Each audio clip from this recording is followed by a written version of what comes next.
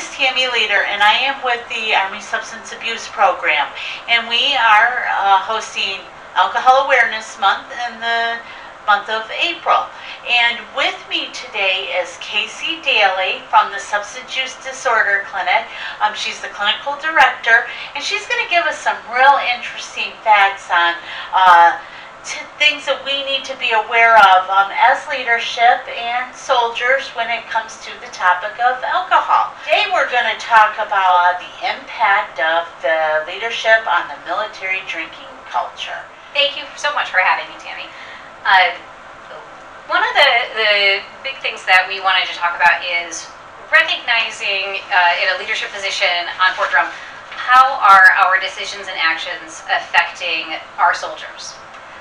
When we look at some of the research studies that have been done in 2019, it's a little bit dated, but our newest information, 68% of our active duty troops indicated that they thought their leadership supported the binge drinking culture within the military. 68%, that's a very high number. It really is. So I thought that we could talk a little bit about what ways we are doing that, what are some of the either intentional choices that we're making or the unintended things that we might do that are having an effect on how our soldiers view binge drinking. So in your experience, what are some of those unintended consequences? So some of the things that we don't think about, so they might not be as obvious to us, are going to be some of our general attitudes. Safety briefs. We all know that there's Friday safety briefs. Somebody's done the stupid thing, and that's why we're talking about it. But our attitude about that oftentimes can be a little lackadaisical. We can sort of poke fun at that. I've had a lot of soldiers that I've worked with talk about kind of the jokes and saying, oh, you know, I just don't get caught if you're underage, don't want to hear about it, just make sure you're back in time for formation on Monday. And that really is setting a standard I don't think that we're intending to set.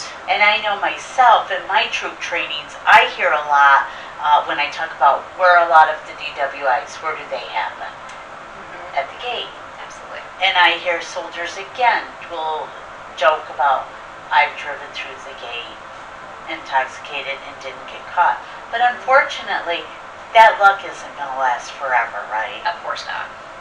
What would you say the bottom line is, Casey? We talk and we see so much about alcohol-related consequences, you know, the glamorization, the unintended consequences. What's the bottom line?